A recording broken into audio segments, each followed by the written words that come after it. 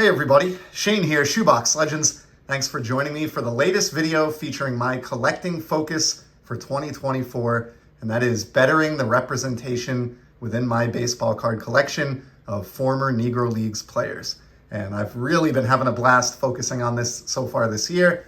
And today we're going to look at two great on-card autographs of former Negro Leagues greats, both of whom transitioned to Major League Baseball and who are considered bridge players in that respect. They're going to be from the same set that we see up in the background here, the 2001 Fleer Greats of the Game release. Now, those four players that you see up all had careers in the Negro Leagues as well, and I have featured and talked about all four of those autographed cards on previous episodes. Today, we're going to focus on two new ones, and the first one is a card that I just got in the mail, literally within the last couple of days here. Searched for it for a few months before finally finding one that I was happy with, and that is Sam Jethroe, affectionately known as the Jet, just a killer nickname in the history of sports. I love his nickname, especially because he was known as a light-hitting, kind of contact-hitting speedster. He played about 7 seasons in the Negro Leagues and hit an average of 340, I think it was, across those 7 seasons, including 2 batting titles. So obviously a very, very capable hitter. He didn't debut in Major League Baseball until his age 33 season in 1950. So just think about that. Obviously missed all of the best and what would have been most productive years of his career as far as the Major Leagues went. Obviously had tremendous success in the Negro Leagues, but we'll never truly know how good he was due to the incomplete statistics there. As an example, when he did debut as a 33-year-old in 1950, he promptly won the National League Rookie of the Year. So it kind of shows you the level of talent that we're talking about here. And he led the National League in stolen bases for each of his first 2 seasons, despite at that point probably being on legs that were starting to decline, as those of us that have already passed through our 30s can attest to. Just a really fascinating player. Really, he just played in only, I think, maybe 2 or 3 Major League seasons. I think it was 3 seasons, and then maybe a game or 2 before he hung up the spikes. So really just, very small amount of Major League Baseball stat accumulation, but shows you what he could have done.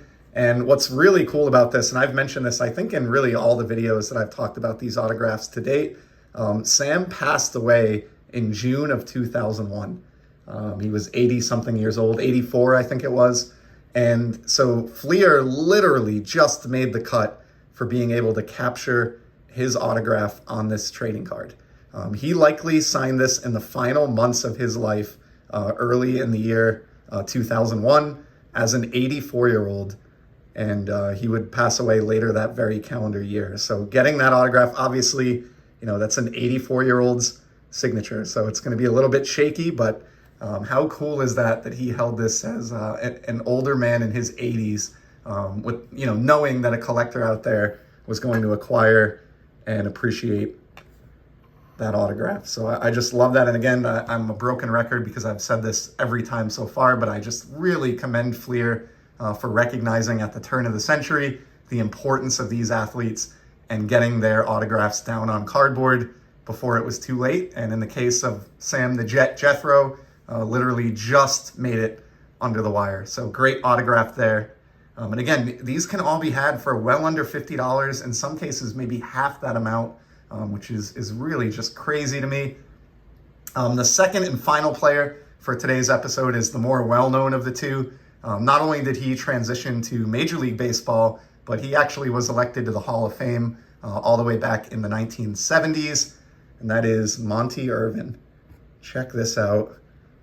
Just mind-blowing to me. Again, I'm really beating a dead horse here, but mind-blowing to me that you can collect a card that Monte Irvin held in his hands and autographed at a price point that is ridiculous. This was about the cost of a retail blaster, just for reference, and that's within the last few months. I only bought this card, certainly this calendar year, but I love this one, and I decided to pair him up with Sam Jethroe because even though Jethroe is not a Hall of Famer, and Monte Irvin is, they do have a lot in common in terms of both of them are what could have been cases. Now, I know that's the case for really anybody who missed out on the major leagues during segregation, the era of segregation. But with these two gentlemen, I feel like that's especially the case. Similar to Sam, Monte here did not debut in Major League Baseball until his age 30 season. So he missed the entirety of his 20s playing in the Negro Leagues and in the military. He missed 3 seasons due to military service in World War II, which is beyond admirable. I don't have to explain that. In his time in the Negro Leagues, which was about a 10-year span minus those years for the war, he was a perennial all-star. I think he won 3 batting titles, so one more even than Sam Jethroe. So a couple of, really 5 Negro League batting titles represented across these 2 autographed cards today.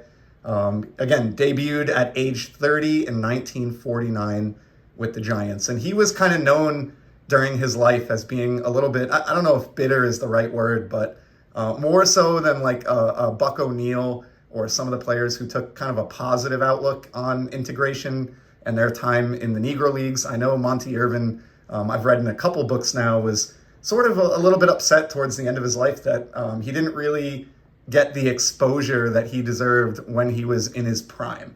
So he would say things like, if they only could have seen me in my 20s, my younger years. And that's pretty believable because, even though he had, again, a limited major league career, not debuting until age 30, for example, in his 1951 season, which was his age 32 year, he led the National League in RBI and finished 3rd in MVP voting. He was able to win a World Series in Major League Baseball and also won a Negro League World Series. So he's part of a small group who won a World Championship in both the Negro Leagues and Major League Baseball, or won a World Series, I should say. And just a fascinating character. Monte actually lived a very lengthy life. He lived to the ripe old age of 96. So he was with us all the way till 2016. And again, somebody who I agree with his viewpoint. It's sad. We'll never know what these guys could have been, but we can at least celebrate them now in our hobby and in our collections, which is what I'm trying to do this year.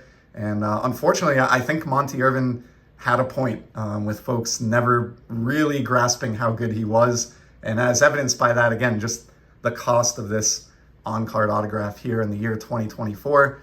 He really was every bit the caliber of player of all those other guys in the 50s and 60s whose autographs would demand so much more money, the Mickey Mantles and Hank Aaron's and Orlando Cepedas of the world. But again, just never really got the full recognition for what he could have done. But regardless, so happy to have that autograph, both of these autographs, all of these autographs in my collection. These are among my favorite cards that I have picked up all year. I do have at least one more installment coming because I have 2 or 3 left that I haven't shown off yet, even after these 6 in front of you. So later in the summer, I'll be back with at least one more installment in this ongoing series. But I have plenty of great cards, both Negro Leagues and otherwise. Some very generous care packages that I've received from fellow community members, some more rummages, tons of material coming to the channel here throughout the remainder of the year. I hope you'll join me for some of it. I hope you enjoyed today's video, and I thank you for your time. And I'll be back very soon with some more sports card content. Till then, enjoy the hobby, everybody. Take care.